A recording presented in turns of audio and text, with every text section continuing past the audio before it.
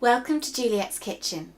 I'm here to show you simple ways that you can empower your life to be happier and healthier. So today we're going to talk about hedgerows. It's a beautiful autumnal day in early October and the colours are vibrant and magnificent out. So what better time than going for a lovely walk? Now, when you're on your walk, you can find an abundance of berries in all of the hedgerows. Now, most of these berries have medicinal properties. As it's autumn, the weather's changing outside, our immune system is getting lowered, children go back to school, and there's an abundance of coughs and colds everywhere. Well, nature provides the solution, very, very simply and free. So what we're going to look at today is elderberries, one of the berries that we can find in the hedgerows. Now, elderberries are these beautiful little black berries. They're gorgeous and they're everywhere. So when you're out on your next walk, go and collect some elderberries. Now, these elderberries can be dried or frozen so that you can use them at later dates. To freeze them, you simply put them into the freezer and take them out when you need them. To dry them, if you spread them out so the berries aren't touching, and you can put them in the oven at a very low temperature so that it's not breaking down the medicinal properties of them, dry them and store them in an airtight jar and use them through the winter. So we've been out this morning collecting our elderberries. So we've got some elderberries, and what we're going to do with them is we're going to put them in a pan. Now, elderberries have a huge amount of antiviral properties. They're also packed full of antioxidants and vitamin C. They also have a brilliant antispasmodic quality, and what that means is that it helps stop the tickle when you get that annoying, irritating tickle in your throat. So, we've got our elderberries in a pan, and what we're going to do is we're going to get some filtered water and we're going to cover the elderberries. So all you need to do is put enough water in so that it's covering, maybe just a little bit extra. So I've just covered it so that there's just a little bit more water in there than elderberries. What we're going to do is we're going to put that on a low heat. Now, when you're making this, there is a traditional recipe that you can find on the internet which uses sugar. Now, sugar I try to avoid because obviously sugar lowers your immune system and we're trying to boost our immune system. So I've found a recipe that we can use that will keep for up to 2 weeks in the fridge and doesn't use sugar. We're using honey and vitamin C powder instead. So, we've got our elderberries simmering on the stove, and what we're going to do is we're going to add some cinnamon. Again, this is very good for antiviral and antibacterial properties. So we're going to put a stick of cinnamon in.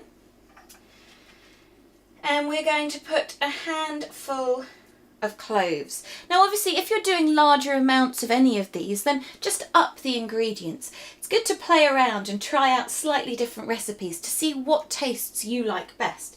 So we're going to put a handful of cloves in there as well. Now, cloves, again, they act as a preservative, so they're helping to keep this fresh for longer.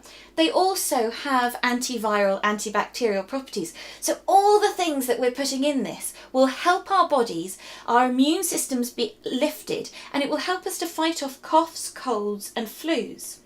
Don't worry, if you get a cough or a cold, if you're having your elderberry syrup, it will help it shift through your system much quicker. So we're going to simmer this now for 20 minutes. Once we've simmered it for 20 minutes, you'll see a lovely rich colour that will come through, a deep, deep, deep purple. And I'll show you in a minute what to do with that. In the meantime, I'm going to show you another thing that you can do with elderberries, and it's an elderberry glycerin. Now, this is one that I've made earlier, as you can see. Very, very simple and straightforward. Get yourself a glass jar of any size. Fill it up with the berries. Then you get a vegetable glycerin. Pour the vegetable glycerin on top, put the lid on, and give it a good shake like that. You need to shake this every few days and leave it on a bright, sunny windowsill. Then what you're going to do after about a week or so is you're going to open it up, get a container and a muslin. I've got a muslin bag here. Very, very simple once you use the muslin bags. I always stretch it over the container I'm putting it in so it makes it a little bit easier. All I'm going to do now is pour the elderberry glycerin through the muslin tipping it all in. Then you lift up your muslin and you give it a good squeeze. So I've just squeezed all the juice out of the elderberries, and as you can see, we've got a beautiful rich purple liquid. Now, all we need to do with this liquid is pour it back into our jar. Now, whenever you're not feeling well, if you've got a cough, your child has a cough, anyone you know has a cough, a teaspoon of this liquid will act as a beautiful soothing remedy for the throat and for the cough.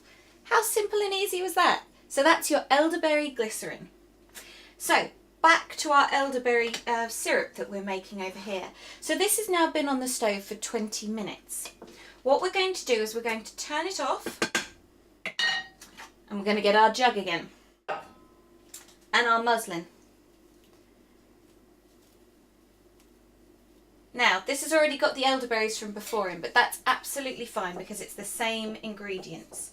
What you're going to do is you're going to take your liquid and you're going to pour it into the muslin and the jug. Whew, that's hot.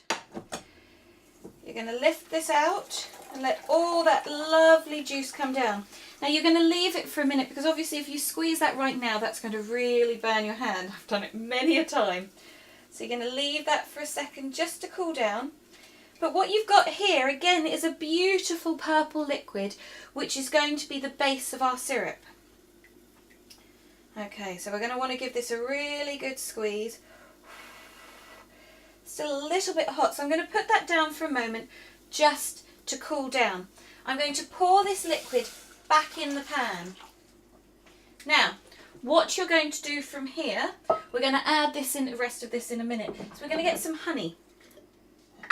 This is the way to do it without sugar. We're going to get our spoon and we're going to add 3 lovely tablespoons of honey. Honey acts as a natural preservative. Not only that, but honey is very good at being antibacterial. So that's very good to kill off the germs in coughs and colds and flus. So we've mixed that in and we're going to put this back on the stove to simmer again for 10 more minutes. When this is done simmering, what we're going to do is we're going to add 1 tablespoon of vitamin C powder. Vitamin C powder acts again as a preservative, so it's enhancing the life of our syrup.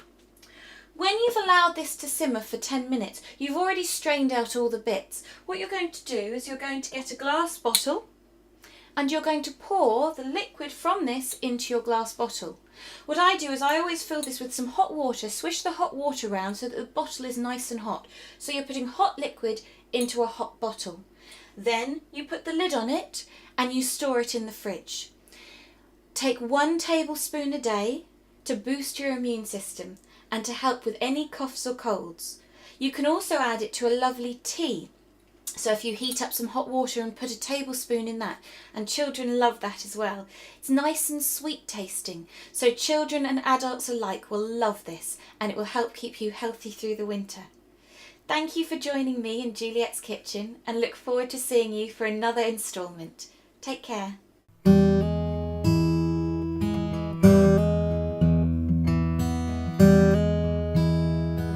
Juliette.